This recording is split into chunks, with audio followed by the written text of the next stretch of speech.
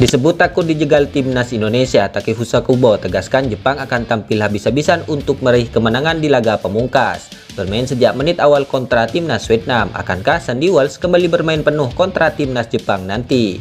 Kabar baik, Jay Itzas pulih 100%. Sang pemain siap debut bersama timnas Indonesia di kualifikasi Piala Dunia 2026 zona Asia. Demi timnas Indonesia, Jordi Amat siap turun melawan timnas Jepang meski sedang patah tulang. Benarkah sang pemain akan menggunakan topeng? Kabar baik datang ke timnas Indonesia. Benarkah Ramadan Sananta sudah pulih dan siap turun jelang laga timnas Indonesia versus Jepang? Harimau Malaya tumbang dan gugur di Piala Asia 2023. Netizen Malaysia berbondong-bondong puji dan dukung timnas Indonesia. Berikut Speech Eleven akan mencoba merangkum informasi terkini hangat dan menarik seputar tim merah putih. Selengkapnya yuk simak ulasan video ini sampai selesai.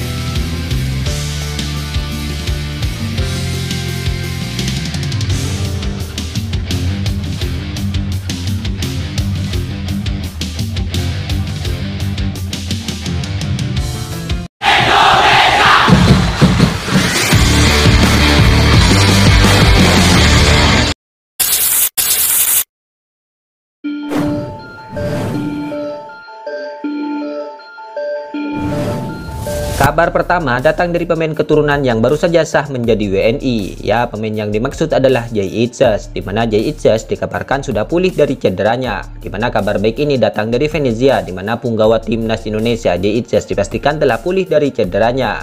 Tentu kabar itu menjadi angin segar bagi pelatih timnas Indonesia Coach Sintayong, dikarenakan sang pemain yang baru resmi menjadi WNI disebut berpotensi turun di laga selanjutnya grup F kualifikasi Piala Dunia 2026 zona Asia pada Maret 2024 mendatang. Sang pelatih memastikan bahwa Jay Itzas 100% sembuh dari cederanya. Vanoli pun menilai Jay Itzas akan kembali berlatih dengan rekan setimnya pada pekan depan. Hari ini kami menerima kabar baik bahwa Jay Itzas 100% fit. Dia sudah fit dan pasti akan kembali ke tim minggu depan, kata Vanoli Minggu 21 Januari 2024. Vanoli pun memuji upaya yang dilakukan oleh bek berusia 23 tahun itu untuk bisa pulih dari cederanya. Namun sang pelatih menilai anak buahnya itu masih butuh waktu untuk bisa kembali bermain, walaupun menurutnya hal itu tak akan memakan waktu lama. Selain itu, Jay Itzas diprediksi akan memperkuat tim merah putih pada Maret mendatang. Laga lanjutan kualifikasi Piala Dunia 2026 zona Asia melawan Vietnam. Kemungkinan besar hal ini akan menjadi pertandingan debutnya untuk tim asuhan Coach Sintayong.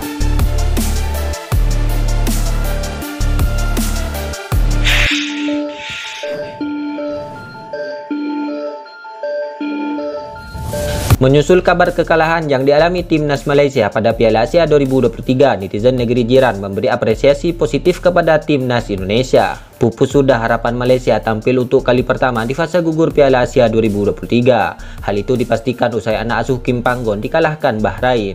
Netizen Malaysia yang tampak kesal dengan performa tim kesayangannya malah beralih memberikan pujian kepada penampilan timnas Indonesia. Patut malu dengan Indonesia yang lebih memiliki identitas, berani main umpan pendek, ada variasi ketika menyerang. Tak seperti Kim Panggon ini, kata salah satu netizen membalas sebuah ulasan laga dari sebuah media Malaysia. Beberapa netizen Malaysia juga memaparkan sederet fakta para pemain Indonesia di Piala Asia, seperti soal pemain termuda dan keberadaan pemain-pemain di luar negeri. Indonesia main dengan jiwa, pemain pun ramai berkelana ke luar negeri. Kita, Lukman Hakim Samsudin, itu sibuk dikecam, tweet netizen lain sembari membandingkan Malaysia dengan Indonesia.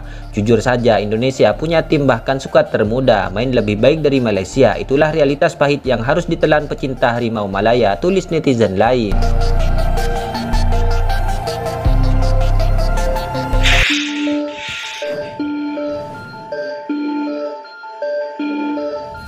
Kabar berikutnya datang dari pemain keturunan timnas Indonesia Jordi Amat. Jordi Amat kini menunjukkan tekad luar biasa saat tampil membela timnas Indonesia di Piala Asia. Ia kini mengalami patah tulang kecil di area sekitar hidung. Namun ia bertekad bisa tampil saat melawan timnas Jepang. Diketahui Jordi Amat menjadi komandan lini belakang skuad Garuda di Piala Asia 2023. Jordi Amat menunjukkan kinerja keras di ajang tersebut. Namun Jordi Amat tidak bisa tampil penuh karena harus ditarik keluar di menit ke-69. Jordi Amat tak bisa melanjutkan laga setelah terkena sikut pemain Vietnam dalam duel di tengah lapangan, di mana ia mengalami patah tulang kecil di area sekitar hidung. Namun rasa sakit itu akan berusaha diabaikan oleh Jordi Amat demi tampil bersama pasukan merah putih kontra Jepang nanti.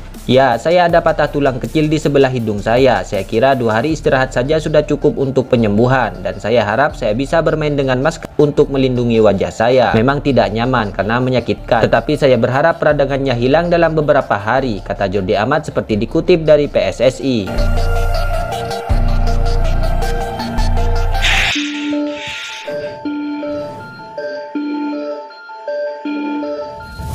Kabar baik datang dari skuad timnas Indonesia jelang pertandingan melawan Jepang pada laga terakhir grup D Piala Asia 2023. Tim Merah Putih itu kemungkinan besar bisa diperkuat oleh Ramadhan Sananta. Striker Persis Solo itu sebelumnya sudah absen dalam 2 pertandingan timnas Indonesia melawan timnas Irak dan Vietnam di grup D Piala Asia 2023. Absennya Ramadhan Sananta dikarenakan ia mengalami masalah kebugaran. Pelatih timnas Indonesia Coach Sintayong mungkin menilai Ramadhan Sananta belum siap untuk bertanding.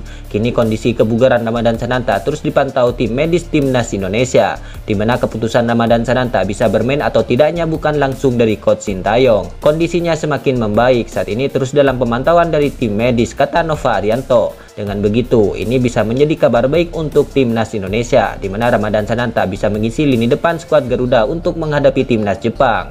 Meski begitu, Ramadhan Sananta belum bisa memastikan apakah Ramadhan Sananta masuk ke dalam daftar susunan pemain atau tidak. Keputusannya itu akan terlihat pada hari pertandingan. Kita lihat saja nanti, ucap Nova Arianto.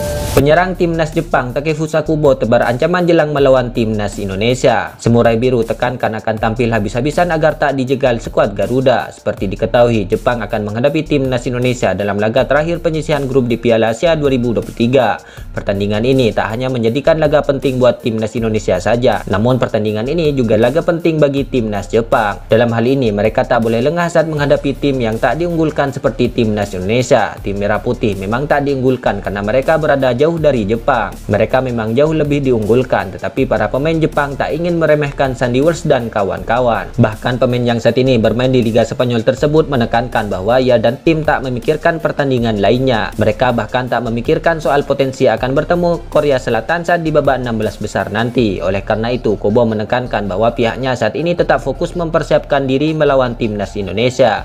Jika kami berpikir untuk bermain melawan Korea Selatan selanjutnya, kami akan tersingkir oleh Indonesia, ujar Kubo, sebagaimana dilansir dari media Jepang Minggu 21 Januari 2024. Ia menekankan bahwa tak ingin memikirkan akan bertemu tim asal negeri gingseng di babak selanjutnya. Namun Jepang saat ini memilih fokus pada laga yang ada di depan mata, yakni melawan Marcelino dan kawan-kawan.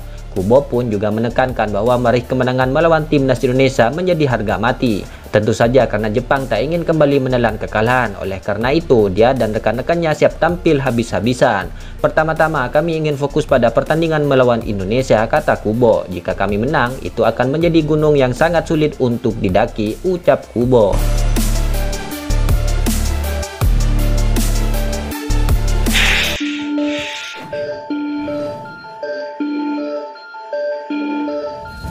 Sandy Walsh tak merasa cepat puas usai timnas Indonesia mengalahkan timnas Vietnam di matchday kedua grup D Piala Asia 2023 Jumat kemarin. Pasalnya skuad Garuda masih akan menghadapi timnas Jepang. Diketahui Sandy Walsh bermain penuh saat tim Merah Putih mengalahkan timnas Vietnam. Sandy Walsh tampil apik di jantung pertahanan.